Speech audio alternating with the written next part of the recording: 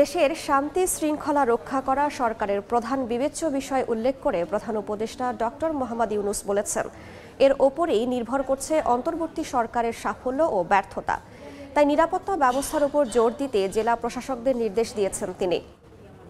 দুপুরে তেজগাঁওয়ে নিজ কার্যালয়ে ডিসি সম্মেলনের উদ্বোধনী অনুষ্ঠানে বক্তব্য দেন ডক্টর ইউনূস।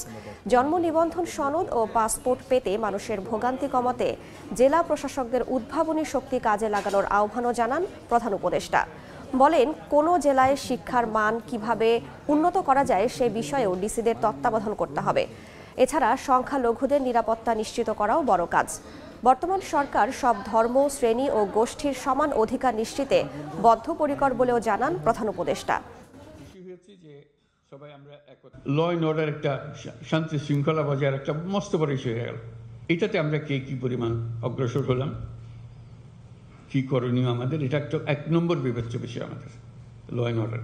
এটা যাতে আমরা বিফল না হই, কারণ এটাতেই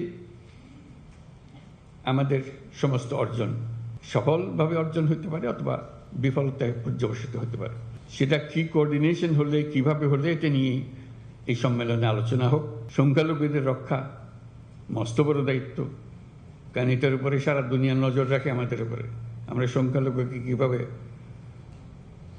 তাদের সঙ্গে ব্যবহার করছি, একটা ছোট্ট ঘটনা সারা দুনিয়াতে বিশাল হয়ে যায়। আমি সেই ভয়ের জন্য তাকে শান্তি শৃঙ্খলার কথা বলছি না, এটা আমাদের দায়িত্ব। সরকারের দায়িত্ব হলো সকল নাগরিকের সুরক্ষা বিধান করা। আমি সংখ্যালঘু সম্প্রদায় তাদেরকেও বলেছি, আপনারা সংখ্যালঘু হিসেবে আমাদের কাছে দাবি করেন না, দেশের নাগরিক হিসেবে দাবি করেন।